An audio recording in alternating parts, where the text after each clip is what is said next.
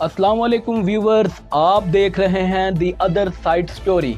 सबसे पहले एक नज़र आज की अहम खबरों पर, फिर उन पर मेरा तजिया और कुछ मज़ीद अहम खबरें भी आपके साथ शेयर करेंगे जो आपके लिए दिलचस्पी का बाइस होंगी।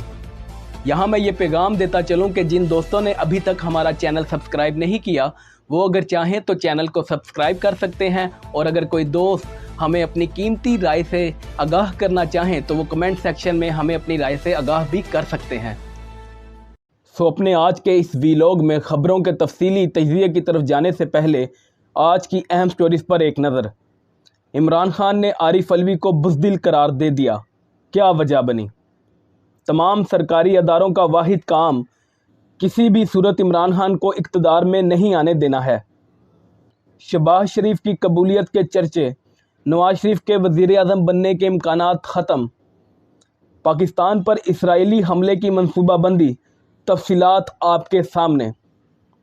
अब वीलॉग में तफसीली तजिए की तरफ चलते हैं और ये बात करते हैं कि इमरान खान साहब ने जेल से क्या अहम पैगाम दिया है। इमरान खान साहब का अडयाला जेल से एक अहम पैगाम, इमरान खान साहब की अपने वकला से मुलाकात हुई जिसमें उन्होंने अपने कुछ पैगामात हवाले किए। अब आहिस्ता आहिस्ता उनकी तफसीलात सामने आ रही हैं। हमारे पास इमरान खान साहब के मुतल्लिक, उनके पैगाम के मुतल्लिक कुछ अहम तरीन तफसीलात हैं जो उन्होंने पार्टी को दी हैं, पार्टी कायदीन को दी हैं।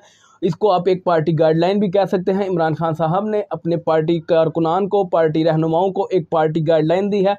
एक चेयरमैन पाकिस्तान तहरीक इंसाफ की तरफ से जो है एक गाइडलाइन है। अब इमरान खान साहब के जो पार्टी कारकुनान हैं उनके लिए, पार्टी रहनुमाओं के लिए उनका कहना था कि अब पार्टी में बुज़दिलों की कोई गुंजाइश नहीं, अब पार्टी में बुज़दिलों की कोई गुंजाइश नहीं। इमरान खान साहब ने ऐसा कहा और ये तासुर दिया जा रहा है, इस वक्त जो है आम मीडिया में ये तासुर दिया जा रहा है कि शायद ये जो बात है वो इमरान खान साहब ने प्रेसिडेंट आरिफ अलवी के रवैये से के बारे में दी है। जो प्रेसिडेंट आरिफ अलवी हैं, सदर आरिफ अलवी साहब, उन्होंने गुज़िश्ता 1.5-2 बरस में जो किरदार अदा किया है उसके बाद इमरान खान साहब को अब ये पैगाम देना पड़ा है कि अब पार्टी में बुज़दिलों की कोई जगह नहीं। ये वाज़ेह तरीन पैगाम है जो इमरान खान साहब ने दिया है अपने पार्टी रहनुमाओं को, पार्टी कायदीन को। और बेसिकली इसमें जो सबसे जो नुक्ता है, मेन जो अहम चीज़ है वो ये है कि ये क्लेम किया जाता है कि ये जो बयान है, ये जो पैगाम है वो इमरान खान साहब ने अपने जो सदर हैं, सदर आरिफ अलवी साहब जो उनके दरीना दोस्त हैं, उनको दिया है।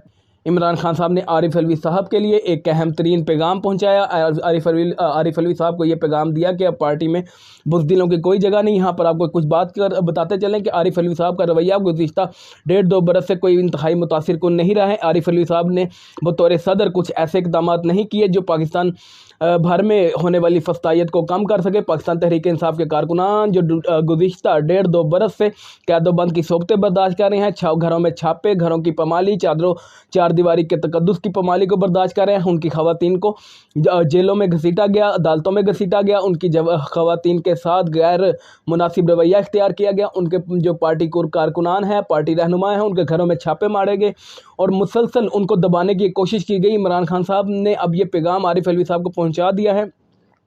ज़राए का ये दावा है कि ये पैगाम वाज़ेह तौर पर जो है सदर आरिफ अलवी साहब के लिए पहुंचाया गया है, इमरान खान साहब। और अगर यहाँ पर देखा जाए तो आरिफ अलवी साहब का एक रवैया जो गुज़िश्ता 1.5-2 बरस से रहा है वो कुछ खासा मुख्तासिर कुन नहीं रहा। आरिफ अलवी साहब ने जो तारीख़, इलेक्शन की तारीख़ देने का इख्तियार था वो भी आरिफ अलवी साहब के पास था, लेकिन आरिफ अलवी साहब उस इख्तियार को एग्जीक्यूट नहीं कर सके। पहले तो टाल मटोल से काम लेते रहे, फिर उसके बाद एक वक्त ऐसा आया कि अब जाकर आरिफ अलवी साहब ने एक तारीख़ दी है इलेक्शन की तारीख़, और वो भी तारीख़ नहीं दी, वो भी एक कह लीजिए कि आपने एक पेशकश की, एक तरह की रिक्वेस्ट की है आरिफ अलवी ने बतौर सदर पाकिस्तान जो रिक्वेस्ट कर रहा है इलेक्शन कमीशन से। सदर पाकिस्तान वो शख्स जिसको आइन ये इख्तियार देता है कि आपने इलेक्शन की तारीख़ देनी है। कौमी असम्बली के इख्तिताम पर, कौमी असम्बली जब ख़त्म हो जाएगी, आपके पास ये इख्तियार है। आपको आइन पाकिस्तान इतना ताकतवर करता है कि आप उस अगले जो आम इंतखाबात हैं उनकी तारीख़ दें। लेकिन आरिफ अलवी साहब ने जो है कोई तारीख़ नहीं दी, एक बोगस किस्म की तारीख़ अब जब दी तो एक बोगस किस्म की एक मुबहिम सी तारीख़ दे दी जिसके बारे में, लेकिन उसमें ये बस बता दिया कि आपको इलेक्शन करवाने हैं, इलेक्शन कराना इलेक्शन कमीशन की ज़िम्मेदारी है। तो अब आरिफ अलवी साहब को ये पैगाम पहुंचा दिया गया है। अलबत्ता सदर की तरफ से ये कहा जा सकता है कि जी मैं तो पहले भी तारीख़ दे दूँ, लेकिन यहाँ पर तो सुप्रीम कोर्ट के जो है एकदम क्या नाम है अपना अहकामात उन्हें नहीं माना जाता, तो सदर ये भी कह सकते हैं। लेकिन सदर को जब इस वक्त देखा जा रहा है कि सदर एक बेबसी